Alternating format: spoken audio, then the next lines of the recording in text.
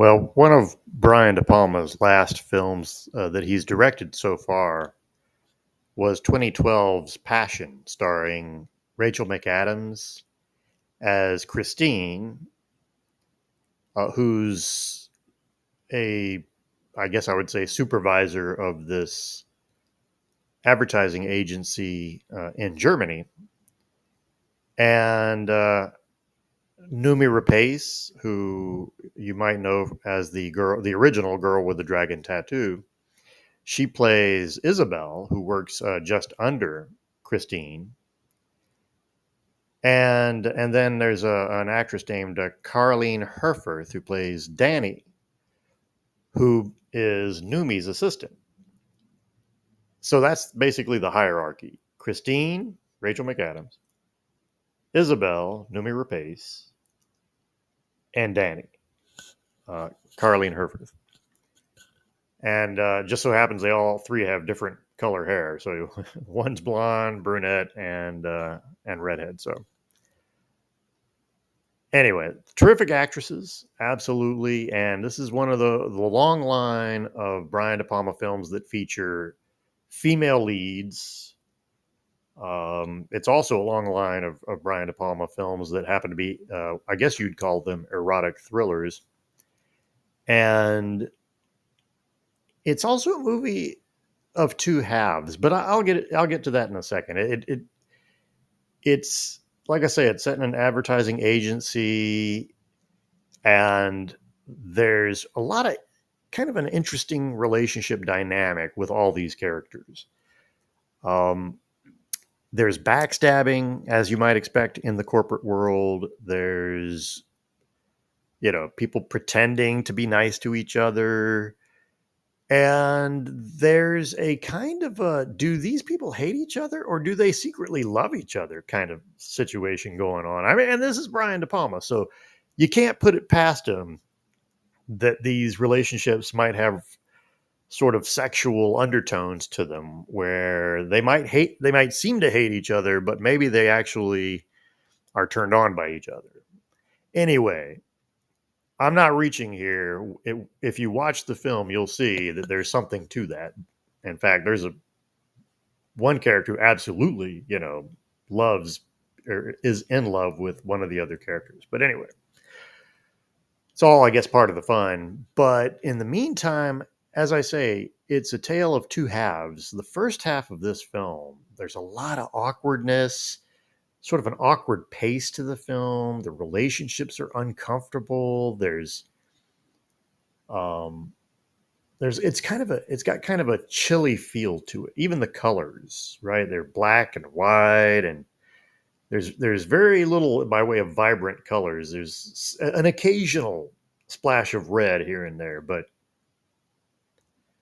um, but this is all deliberate. At first, I thought when the first couple of times I saw the film, I thought maybe Brian De Palma was losing his touch. I mean, he is in the twilight of his career at this point in time, and a lot of people believe that these directors do lose a little something when they reach a certain age. I don't know that I really agree with that.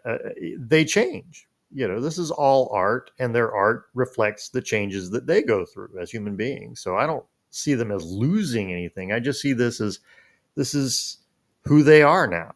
And so if the pacing is a little bit slower, then that's because their pacing is a little slower as older, directors. I don't really have an issue with that. But I did wonder myself if maybe the pacing and the awkwardness of the first half was a flaw of the film. But honestly, once you reach the halfway point, and then you see the entire second half of the film, you realize there's a huge change that takes place. While the first half was seemingly, cold and uncomfortable, the entire second half of the film is pure vintage Brian De Palma fever dream. And I mean, the second half of this film, the camera angles, the canted angles, the shadows.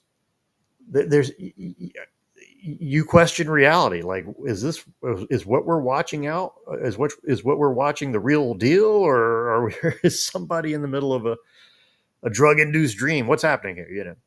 But I mean this in the best possible way, and in all sincerity, this is one of the best second halves of any Brian De Palma film I've seen, and that's saying something. And it's when I say this, it's not really a slam on the first half. In fact, I think that's by design.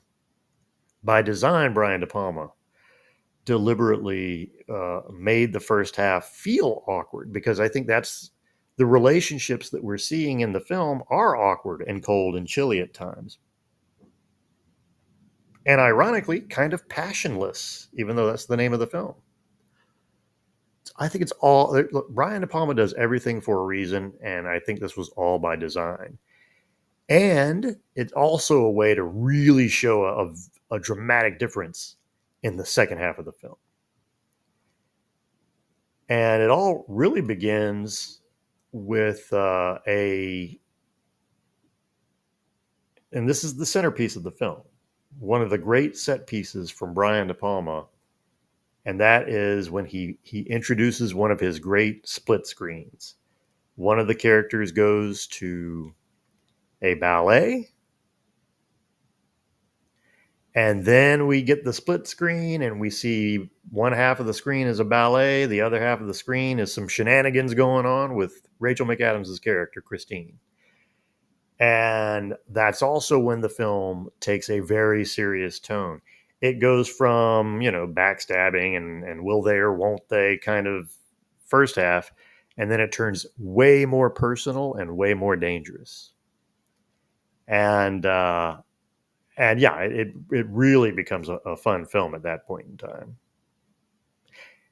But the funny thing is, you don't even realize, even in the first half, as awkward as it is and as uncomfortable and as much as it seems like Brian De Palma is drawing back his style a little bit, there's still very dramatic. There's still very Brian De Palma things going on.